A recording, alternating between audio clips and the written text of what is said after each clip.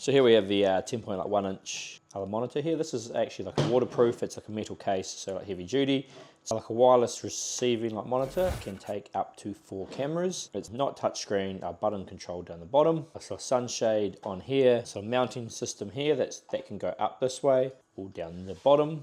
That basically screws onto the side here, 1, 2, with your 2 screws here, and that is how that goes in. On your wiring side, this has got like a wide voltage input, so 12 to 36 volt, sorry, 12 to 32 volt. And you've got your red wire for the positive power, black for ground, so that'll power this up. All these other wires are only like needed if you want to trigger something. So if you put 12 volt onto any of these other wires, it will trigger them. So you can trigger camera 4, you can trigger camera 1, you can trigger camera 3, you can trigger camera 2, or you can trigger quad screen display. So that would be if you want to have a way for the camera to come up when you do something, you would put a trigger to this. For example, if you indicate, or when you brake or go in reverse, I don't know, whatever you want to show, if you put 12 volt to here, it'll flick the screen over on here. So that's the screen, pretty straightforward. 10.1 is like perfect, good for operators. They can see everything. Then you got the camera.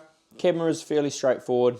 Antenna, mounting here, needs power source of 12 volt. So however you power that, or what you got to do to power it. The grommet on here if needed. A lot of customers won't need it depending on what you're using it for. This sort of like setup is like ideal for trucks, buses, tractors, forklifts, diggers, any sort of equipment where you want up to like 4 cameras, quality. Obviously like night vision's all good, and you want an easy install system because you've got a wireless. So all you have to do is provide power to the cameras, power to this, and you can get 4 cameras coming into this big 10.1 inch screen that is waterproof.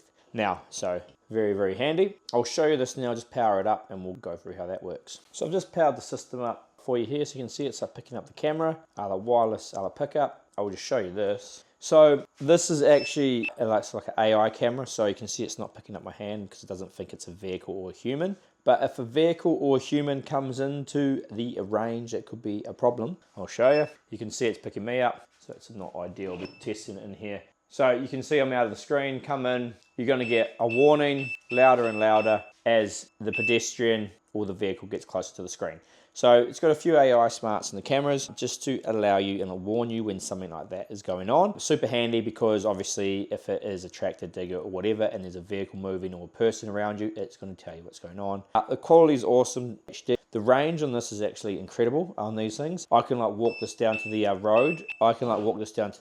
Which is around 200 meters away, and it still has reception, and that is going through a couple brick walls, just the screen sitting here. So the range will not be a problem on majority of applications. So that's that. Coming into here, you've got slight zoom on the screen, zoom in, zoom out. You've got your menu. So obviously it's not touch screen, so when you go through it, so you have the menu settings on here, just take you through them. So if you push this button, it zooms in and out of the other screen. Not touch screen. Top left here, you have how much signal you have. If you push the middle button M, it's going to take you through this. These buttons here take you through your options. M will take you back. AV will take you into it. So if you go into pairing, you push AV. When you want to pair, you just got to power the camera up. So I go into pairing mode on the screen, then put power to the camera and it will pair, and you can pair up to other 4 cameras. Picture is your general contrast, brightness settings. Flip, you can obviously flip the image. So if we come in here, you can go mirror, or you can flip it up and down if you need to flip the image. So pretty handy if you need to mount this upside down, or the camera is mounted upside down, or the camera has to be flipped horizontally or vertically. Can all be controlled by the screen here. Mode, you can see how you see it, 4 screens, 3 screens, 2 screens. You can cycle the cameras if you want to go through all 4 cameras. You can adjust automatic brightness on the screen here. Sorry, time's out. You can adjust automatic brightness on the screen. Signal enhancements on by default. Automatic cycle would just take you through all the different cameras. Inversion, again, you can do that in the flip one, so you don't really have to worry about it, but it would invert the screen on here instead of actually flipping the camera.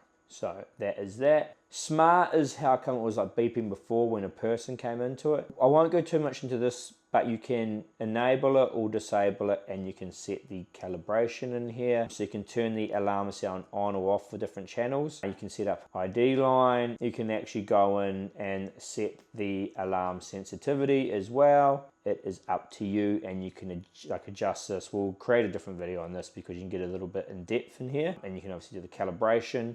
The way it comes, it should be like set up okay, but if you do need to really like calibrate it, that is possible, so that's okay. That is the ID line that just came in there. I'll show you that in a second. And then you come in a system, not too much going on here, the volume settings, trigger delay, so that is if you trigger one of these other trigger wires up there, how long it takes to swap. It's about all you really need to know.